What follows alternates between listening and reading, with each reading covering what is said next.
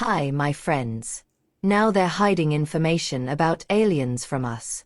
But in ancient times, everything was recorded in chronicles. No one thought of hiding anything. On the contrary, they tried to write everything down. Ancient Japanese manuscripts have preserved a strange story. And the most interesting thing is that this story is described in different books. First, like and subscribe to the channel. Now listen. The authorities are trying to pass this off as a normal incident, but there's much inexplicable in this story. Historians still can't figure out what it was. This story haunts people to this day, even though much time has passed since it appeared. Utsurobune. In 1803, a strange ship landed on the shores of Japan. Legend tells of a strange ship and a beautiful woman speaking an incomprehensible language who came ashore near a Japanese fishing village.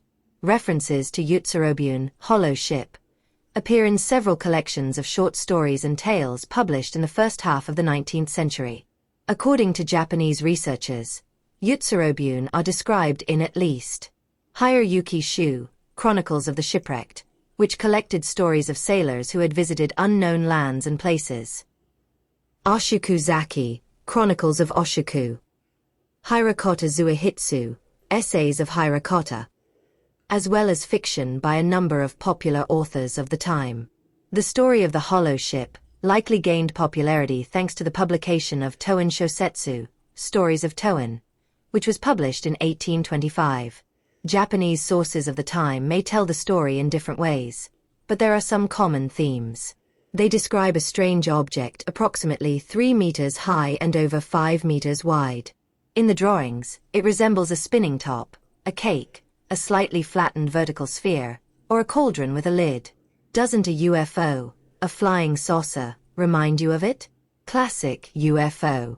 According to descriptions, the upper part appeared to be wooden and had a reddish hue. The material resembled rosewood or sandalwood. The lower part was covered with a material resembling metal panels. There were also entrances and airlocks made of something transparent, either glass or crystal. But could the local fishermen understand these materials?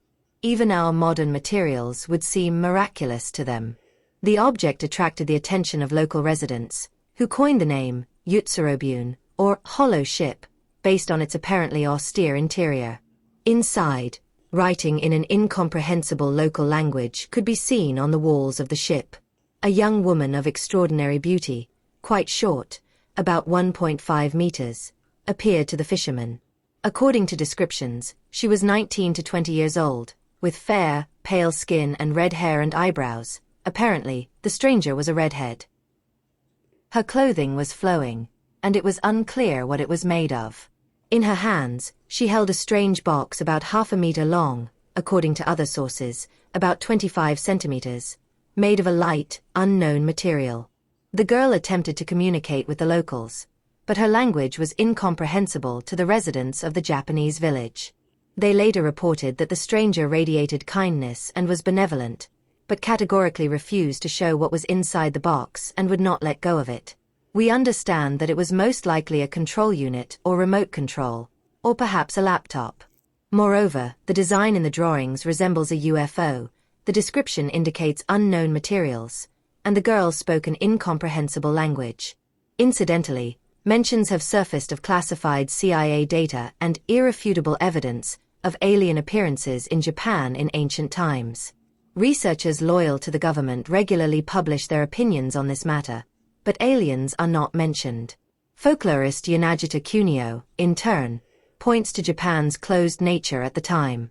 If a ship had crashed nearby, and then foreigners had appeared on the shore, local authorities would have conducted a comprehensive investigation and published an official document, he says.